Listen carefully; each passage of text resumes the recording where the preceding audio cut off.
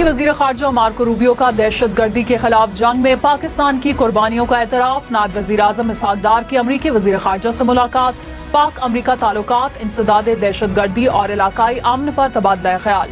Marco Rubio نے کہا، امن کے لیے پاکستان نے ہمیشہ مثبت کردار ادا کیا۔ نائب وزیر اعظم اسحاق ڈار نے کہا، پاکستان امریکہ کے ساتھ ٹریڈ چاہتا ہے، ایڈ نہیں۔ چند ہفتے میں امریکہ کے ساتھ تجارتی معاہدہ متوقع ہے۔ پاکستان امریکی کاٹن کا دوسرا بڑا خریدار ہے۔ امریکہ پاکستانی برآمدات کی سب سے بڑی منزل ہے۔ امریکی تھنک ٹینک اٹلانٹک کونسل سے خطاب میں اسحاق ڈار نے امریکی وزیر خارجہ سے ملاقات کو مفید قرار دیا۔ کہا، پاکستان امن پسند ایٹمی ریاست ہے، دنیا میں بدلتے حالات کے تناظر میں امن اور ترقی چاہتا ہے۔ گلگت بلتستان میں سیلاب سے 9 افراد جاں بحق، 10 سے 12 لاپتہ، 200 سے زائد مکان مکمل تباہ، 500 سے زائد کو جزوی نقصان پہنچا۔ سیلاب سے متعدد سڑکیں متاثر، 27 پل اور 22 گاڑیاں تباہ ہوئیں۔ شگر میں سیلاب سے فصلیں تباہ، سینکڑوں درخت جڑوں سے اکھڑ گئے، نظام زندگی مفلوج۔ چلاس میں فیری میڈوز میں پھنسے سیاحوں کو پاک فوج نے ہیلی کاپٹر سے ریسکیو کر لیا۔ وزیر اعلیٰ گلگت بلتستان کا دیامر کا دورہ۔ لاہور سمیت پنجاب کے مختلف شہروں میں آج پھر بادل برس پڑے۔ لاہور میں کالج روڈ، ٹاؤن شپ اور وابڈا ٹاؤن میں بارش، رائے ونڈ اور گردونواں میں موسلادھار بارش، سیوریج کا نظام بیٹھ گیا۔ متعدد علاقے ندی نالوں کا منظر پیش کرتے رہے۔ چونیا میں بارش کے بعد گلیوں بازاروں میں پانی جمع، قصور میں بھی بارش سے گلیاں اور سڑکیں پانی پانی رہی۔ اسلام آباد، کوئٹہ سمیت ملک بھر میں ایک بار پھر بارشیں ہوں گی۔ محکمہ موسمیات کی 28 سے 31 جولائی تک بادل برسنے کی پیشگوئی۔ کشمیر، گلگت بلتستان میں موسلادھار بارش برسے گی۔ بلوچستان اور سندھ میں بھی بادل برسیں گے۔ پہاڑی علاقوں میں لینڈ سلائیڈنگ کا خدشہ، بارشوں کے باعث کچے مکانات اور مخدوش عمارتوں کو بھی نقصان پہنچ سکتا ہے۔ وزیر اعظم کی FPR میں جدید اور عالمی معیار کے ڈیجیٹل ایکو سسٹم کی تشکیل کی منظوری، عالمی شہرت یافتہ ماہرین کی خدمات لینے کی ہدایت۔ کہا، اصلاحات کے ثمرات کی بدولت معیشت مثبت سمت میں گامزن ہے۔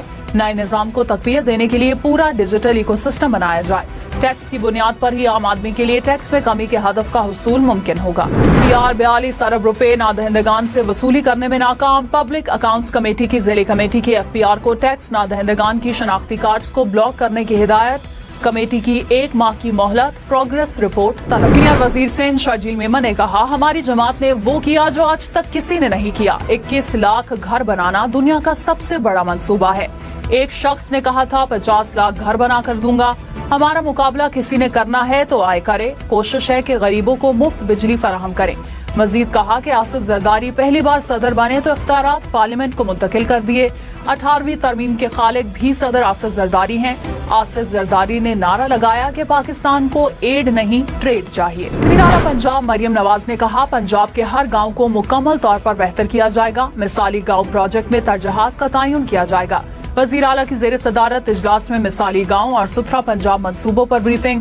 مریم نواز نے مثالی گاؤں پروجیکٹ کی جلد تکمیل کے لیے ڈیڈ لائن طلب کر لی۔ مارشل سید عاصم منیر کا دورہ چین، چینی نائب صدر اور وزیر خارجہ سے ملاقاتیں۔ چینی قیادت نے پاکستانی افواج کو جنوبی ایشیا کے امن کی علامت قرار دیا۔ خطے کی بدلتی سیاسی صورتحال اور سی پیک پر تفصیلی گفتگو۔ فیلڈ مارشل سید عاصم منیر کی چینی فوجی قیادت سے بھی ملاقاتیں۔ دفاعی تعاون، تربیت اور انسداد دہشت گردی پر تبادلہ خیال۔ فیلڈ مارشل کو آرمی ہیڈ کوارٹر پہنچنے پر گارڈ آف آنر پیش۔ چین کی مستقل حمایت پر اظہار تشکر۔ بلوچستان میں خاتون اور مرد کے قتل کا کیس، کوئٹہ کی انسداد دہشت گردی کی عدالت نے مقتولہ کی والدہ کو جیل بھیج دیا۔ ملزمہ کو 2 روزہ جسمانی ریمانڈ مکمل ہونے پر عدالت میں پیش کیا گیا۔